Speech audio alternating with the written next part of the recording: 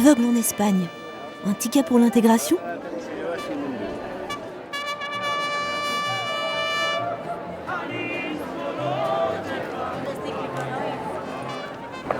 Le 48, allez. Uno del 48. Toma.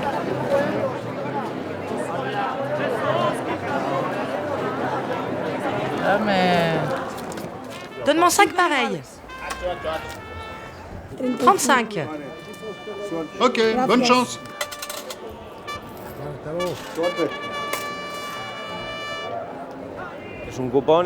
Le gros lot, c'est 15 millions quand même. La dernière fois, je savais que j'avais gagné. Je lui donne le ticket pour qu'elle me dise combien ça fait. Et elle me dit 100 €. Alors, je lui en ai donné 5 à elle, pour qu'elle se paye un café. Pipou est malvoyant et travaille pour la ONCE, l'Organisation des aveugles d'Espagne. Cette organisation, extrêmement puissante, vit de la vente des tickets de loterie. Comme de nombreux déficients visuels en Espagne, Pipou est donc vendeur d'espoir. Son point de vente est situé à Madrid. Pour vendredi. Avec des numéros différents?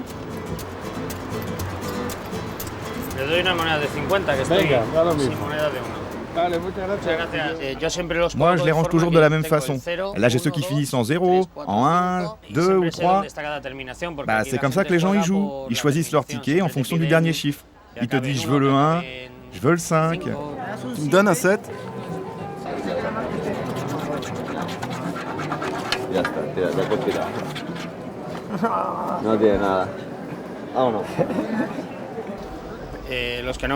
Pour ceux qui ne voient pas du tout, la machine parle. La machine a un lecteur d'écran qui te dit à haute voix tout ce qui apparaît sur l'écran. Elle me dit, pas encore sorti. Bah oui, c'est le tirage de samedi.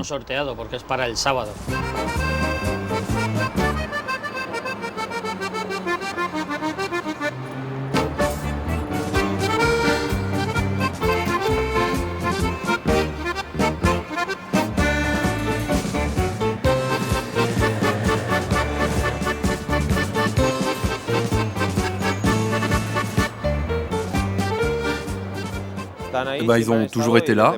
Depuis tout petit, on est habitué à les voir et à les voir faire ça.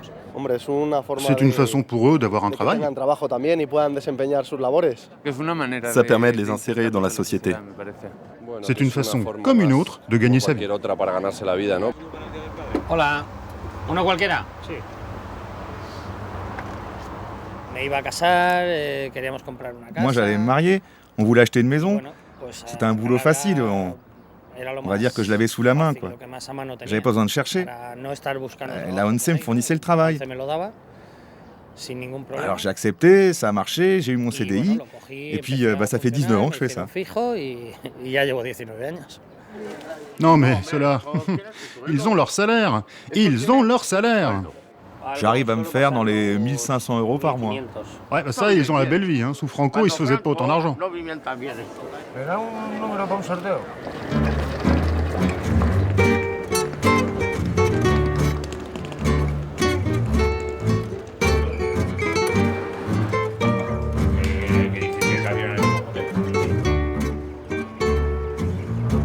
Antonio Mayor, directeur de communication de la ONCE. À l'origine de la ONCE, il y a une multitude de groupements et d'associations d'aveugles qui existaient dans tout le pays. Ces associations vivaient déjà de la vente de billets de loterie, mais c'était assez informel. Ils vendaient ça sur les grandes places des villages et dans les villes du pays. C'est à la fin de la guerre civile, en 1938, que la ONCE en tant que telle a été créée. L'idée, c'était aussi de pallier aux problèmes créés par la guerre civile, parce qu'il y avait beaucoup d'invalides de guerre. Et pour eux, la ONCE, et donc la vente de billets de loterie, est devenue un moyen de subvenir à leurs besoins. L'objectif de la ONCE, c'est de favoriser l'autonomie des personnes aveugles et des personnes déficientes visuelles. Mais la ONCE s'occupe également de l'autonomie et l'intégration des personnes atteintes d'autres types de handicap. Notre principale mission, c'est de permettre à des gens qui l'ont perdu de retrouver leur liberté et de faire en sorte que les gens qui sont nés avec un handicap puissent mener leur vie comme tout le monde. Du coaching professionnel aux cours de cuisine, l'association offre à ses membres une multitude d'ateliers et de services. La notion d'autonomie est au centre du dispositif.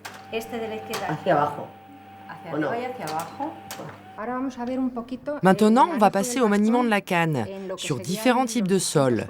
Ce sont les revêtements que l'on trouve dans les rues. On va donc se placer face au mur vers lequel on se dirige. La paume de ta main ne doit pas être inclinée vers le sol. La paume de ta main doit être sur le côté. Tu vois que là, la canne accroche un peu plus. Ce type de revêtement, tu vas le retrouver dans les carrefours. Il est en forme de T. C'est très facile en fait. La philosophie de la ONCE, c'est de favoriser l'indépendance des gens. Que tu ne dépendes pas du fait que quelqu'un t'aide ou que chaque fois que tu ailles quelque part, quelqu'un doive t'accompagner.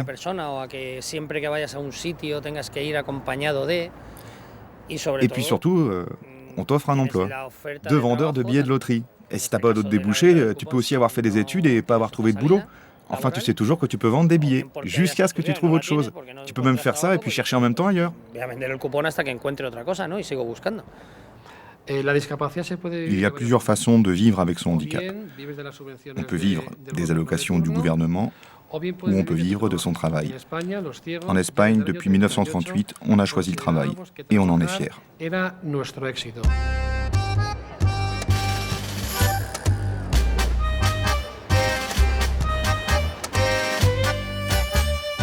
Seuls les aveugles et les personnes ne disposant que de 10% de vision peuvent être admis au sein de la ONCE. Aujourd'hui, l'organisation compte 70 000 adhérents, malvoyants et non-voyants. Si plus de la moitié d'entre eux est à la retraite, ils sont 11 000 à vendre des tickets de loterie. Une quasi-mono-activité qui oblige à s'interroger sur la validité du modèle espagnol. Au moins, on leur donne un boulot. Mais bon, faut voir le boulot, hein. Ouais, ils travaillent beaucoup, ils passent des heures dans leur kiosque. En hiver, ils doivent se geler. Comme ils sont dans leur boîte en verre, il doit faire un froid là-dedans. Ça doit être terrible de passer sa journée derrière une vitre, dans un endroit comme ça, qui fait à peine 1 mètre carré.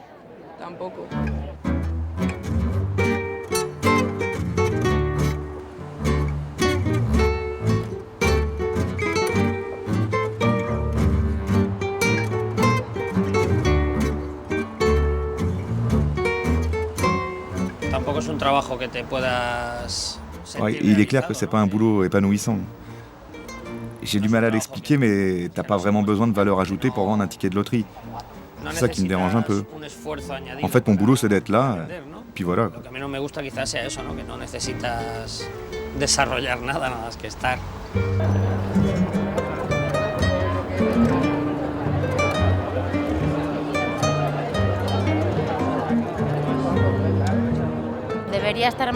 Il faudrait qu'ils soient mieux intégrés à la société et qu'on leur propose des jobs différents.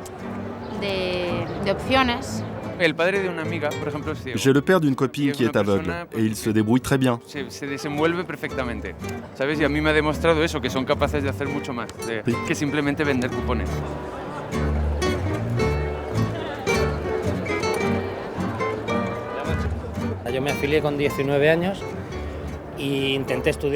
Moi, j'avais 19 ans quand j'ai adhéré à la ONCE. À l'époque, j'ai essayé de faire des études, mais bon, j'avais pas la tête à ça. J'ai été pris par autre chose. Mais au fond, j'aurais adoré. Si j'avais fait des études, j'en serais peut-être pas là. Avant, c'était le seul job qu'on proposait aux aveugles. Mais aujourd'hui, il y a 10 fois plus d'opportunités. Vendre des tickets, on peut toujours le faire si on ne trouve pas d'autre travail. On va dire que c'est notre roue de secours. Mais moi, j'ai plein de copains aveugles qui font des études. Il y en a qui ont des masters, et je peux vous assurer qu'ils ne comptent pas finir à la loterie. Si les déficients visuels sont aujourd'hui bien mieux formés que par le passé, c'est en partie grâce à la politique d'intégration scolaire, mise en place en Espagne depuis 20 ans. Lucia est un des acteurs de cette nouvelle donne éducative. Elle accompagne la jeune Elina dans son parcours scolaire. Bonjour. Bonjour. Comment ça va? Donne-moi un vrai bisou, c'est pas un bisou ça. En Espagne, les auxiliaires d'intégration sont tous professeurs de formation. et 98% des déficients visuels sont inscrits à l'école de leur quartier. Tiens, mets ça dans la machine.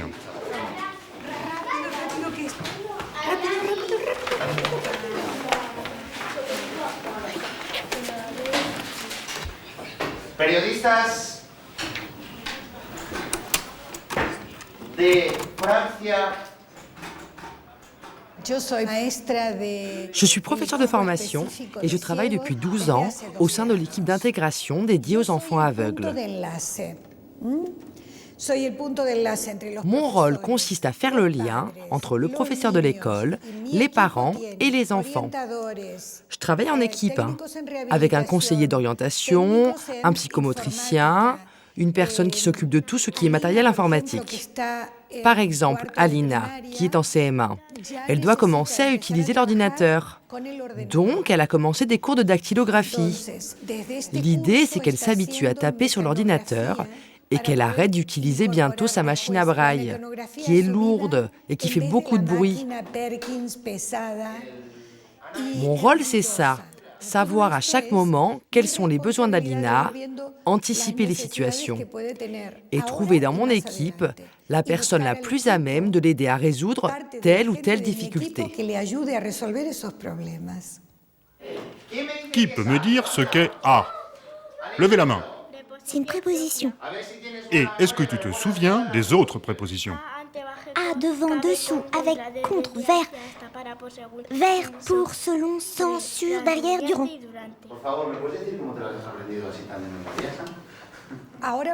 En ce moment, par exemple, Alina va commencer à apprendre les systèmes de mesure. Les kilos, les litres, les mètres.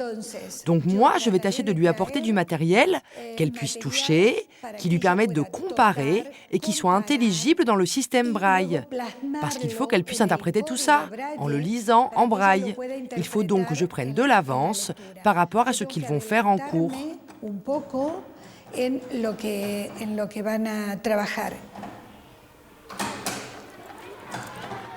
Un, dos, tres, al escondite inglés sin mover las manos y los pies. Toma, bien. Yo creo que veo. Moi, je trouve qu'elle est comme les autres, Alina. Elle écrit et elle ne lit pas de la même façon que nous, mais elle lit la même chose que nous.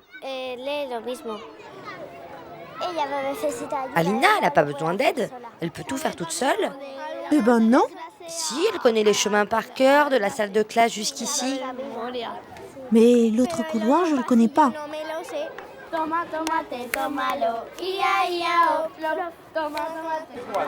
Juan Carlos Moran, directeur de l'école. Cela fait pas mal d'années maintenant qu'on pratique l'intégration en Espagne. On ne peut pas se permettre de faire de la ségrégation vis-à-vis des enfants qui ont des besoins différents. Donc, tous les établissements scolaires sont des établissements d'intégration susceptibles d'accueillir des enfants aux besoins éducatifs spécifiques. Au début, ça a généré des problèmes. C'était surtout de la peur. Mais aujourd'hui, je peux vous garantir qu'il n'y a plus aucun souci, ni aucune crainte de la part des parents d'élèves. Au contraire, ils sont ravis que leurs enfants fréquentent des enfants différents, qui sont représentatifs de la diversité du monde tel qu'il est. Parce que ça ne rimerait à rien de créer des écoles parfaites, où tout le monde il est beau et tout le monde il est gentil, où tout le monde aurait les cheveux blonds et les yeux bleus, parce que la société n'est pas comme ça. Parce que notre société, elle est plurielle. La sociedad es plural.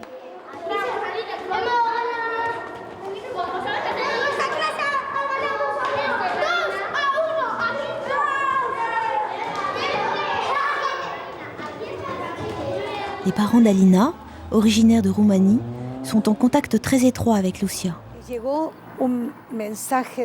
Tu as reçu le message de la ONCE au sujet de l'activité, tu sais, comme l'an dernier. Cette année, le thème, c'est Harry Potter. Ils vont reconstituer Harvard. D'accord. Mais au camp de vacances, je ne la laisse pas partir. Parce que je ne peux pas la laisser partir si longtemps. Un vendredi, samedi, et on la récupère les dimanches, ça va. Mais une semaine, non. Bon, écoute, on va en reparler tranquillement, parce que moi je pense que ça lui ferait du bien. Souviens-toi de ce qui s'est passé l'année dernière, j'appelais 3 fois par jour. Ça, c'est pas grave, mais il faut que tu t'habitues peu à peu. Il faut que tu te fasses à l'idée. Quand elle aura un petit copain, faudra bien qu'elle soit seule avec lui. Ah, mais elle a déjà tout prévu, hein. Elle veut récupérer notre maison pour vivre avec son fiancé, Et nous, on devra partir ailleurs. La ONCE nous aide depuis qu'elle a un an. Ils nous aident pour tout. Pour qu'elle se déplace, pour qu'elle mange, pour tout. Mais pour le repas, il y a une prof qui vient chez nous, qui lui montre comment elle doit se couper sa viande, comment elle doit se tenir au restaurant. Quand elle sera grande, elle sera comme les autres, intégrée à la société. Ce ne sera pas la fille qui a un problème. En Roumanie, ça ne se passe pas comme ça. Quand il y a un handicap, tu ne peux rien faire. C'est comme si tu ne servais à rien. Ici, c'est une enfant normale. Les gens qui viennent de l'étranger demandent toujours pourquoi il y a autant d'aveugles en Espagne. Pourquoi il y a autant d'aveugles dans la rue? Il y en a plein partout. Les aveugles en Espagne, on les voit dans la rue parce qu'ils travaillent, parce qu'ils étudient. Celui qui ne veut pas étudier travaille à la loterie. Et en général, la ONCE et l'aveugle sont très bien vus en Espagne. On pense qu'ils sont capables de faire plein de choses. Presque tous mes collègues de travail ont eu des camarades aveugles à l'université. Il y a des aveugles économistes, avocats, psychologues, des diplômés en sciences politiques. Il y a plein de gens qui ont fait des études universitaires et qui ont des boulots normaux.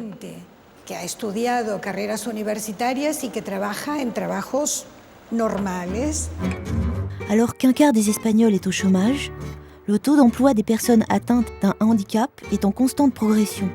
Malvoyant depuis l'âge de 9 ans, Javier est aujourd'hui conseiller fiscal d'une grande entreprise espagnole. La ONCE m'a suivi tout au long de mes études. J'ai eu un auxiliaire d'intégration. Mes livres étaient traduits en braille. Une fois diplômé, j'ai commencé à envoyer des CV aux entreprises et je me suis inscrit à la bourse à l'emploi de la ONCE. Parce que vous savez, ils se mettent en contact avec les entreprises pour les sensibiliser et les inciter à embaucher des personnes atteintes de handicap. Pas seulement des déficients visuels d'ailleurs, toutes les sortes de handicap. Et c'est dans cette entreprise que j'ai décroché mon stage.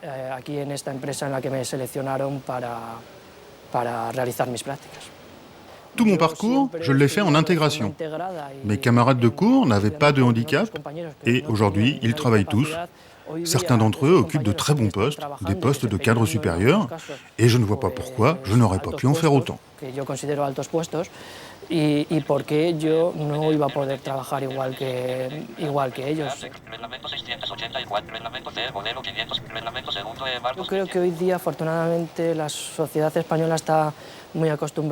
Je crois que ça y est, heureusement.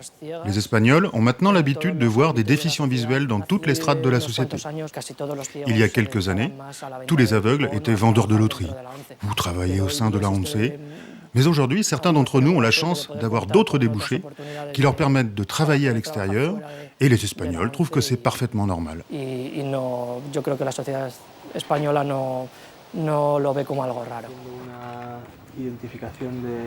Lola Zamara, responsable du recrutement.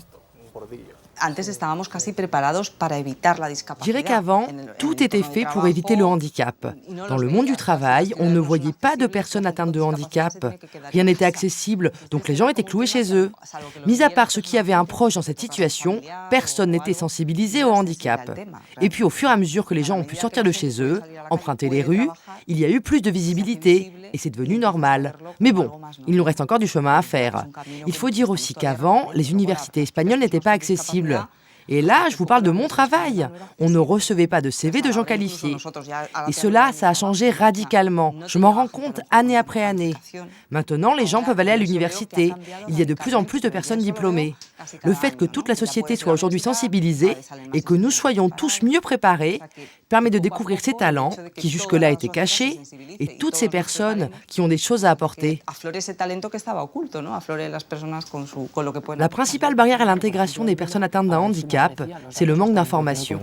Tu dis à un chef de service, il y a une personne qui va venir en entretien, je voudrais que tu la vois, et il se trouve que cette personne, elle a une paralysie faciale suite à un AVC. La première réaction réaction des gens, c'est de penser que cette personne n'a pas toute sa tête, juste parce qu'elle a du mal à s'exprimer. Et là, on va te dire, mais tu m'avais dit qu'elle avait fait des études. Mais c'est de l'ignorance, c'est tout. Et il faut l'excuser. Tu as aussi des réactions de paternalisme, du genre, je ne vais pas lui confier ce dossier parce qu'elle me fait de la peine. Alors toi, tu leur dis, mais bien sûr que tu vas lui donner des trucs à faire, c'est une employée comme tout le monde. Ça me rappelle le moment où la femme a fait son entrée dans le monde du travail, ou à des postes que la femme n'avait pas l'habitude d'occuper. C'est venu bousculer les habitudes. Et à l'époque, les hommes faisaient pareil. Ils faisaient trop attention, ils devenaient paternalistes. Aujourd'hui, plus personne ne fait attention à ça. Et je crois qu'un jour, enfin j'espère, ce sera exactement pareil pour le handicap.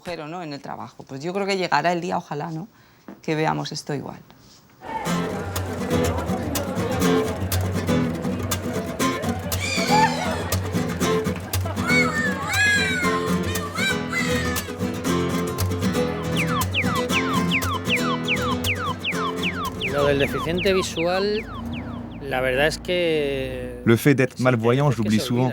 Je passe pas mes journées à me dire je vois pas, je vois pas. Moi j'ai ma vie, j'ai 2 enfants, je suis divorcé. Au quotidien, j'ai vraiment d'autres soucis en tête.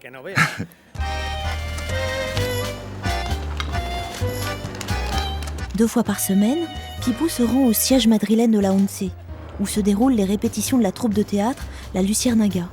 Cette compagnie, créée par l'association il y a 25 ans, part régulièrement en tournée dans toute l'Espagne. No sé si me he saltado.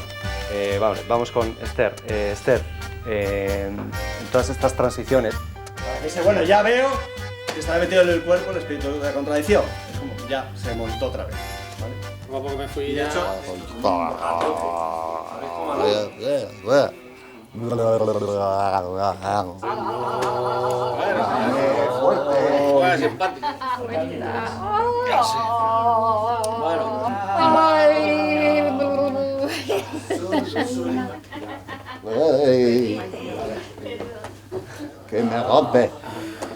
Essayez de vous mettre dans l'état d'esprit dont vous avez besoin pour entrer dans votre rôle. Faites un peu l'inventaire de ce que vous avez à l'intérieur. Moi, le théâtre, ça m'a fait changer. J'ai commencé quand je me suis séparé de mon ex. Du jour au lendemain, ma vie, c'était plus que le travail. Vendre des billets. J'avais rien d'autre dans la tête. On va dire que mon cerveau tournait un peu à vide. Le théâtre, je l'ai commencé un peu comme une thérapie. Et c'est vrai que ça m'a fait un bien fou. Est-ce donc de ma faute si vous me plaisez? Vous me plaisez, vous comprenez? Moi! Prends ton temps. Moi!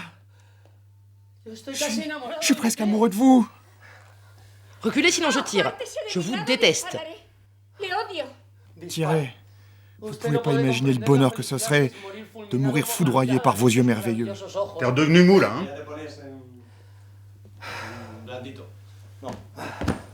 Tirez! Plus théâtral, ok. Comme un ours. Tirez! Vraiment, lorsqu'on est sur scène, il n'y a pas de handicap. Sur scène, on se sent... C'est même pas une question de sensation, c'est que vraiment, il n'y a pas de handicap. Et je pense que le public, lorsqu'on joue, ne le sent pas non plus. Peut-être lorsqu'ils s'assoient au début de la représentation, ils y pensent. Et lorsqu'on commence, ils se demandent mais ils sont où les aveugles? Et puis je crois qu'à un moment, ils oublient. Ils oublient, à la fin, ils doivent se dire, mais ils n'étaient pas censés être aveugles, ces gens-là.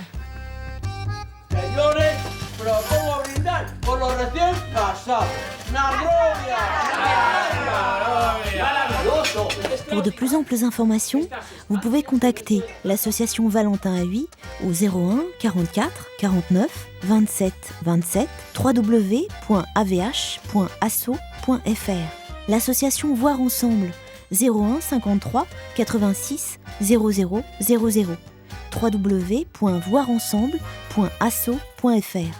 La Fédération des aveugles et handicapés visuels de France 01 44 42 91 91 www.faf.asso.fr.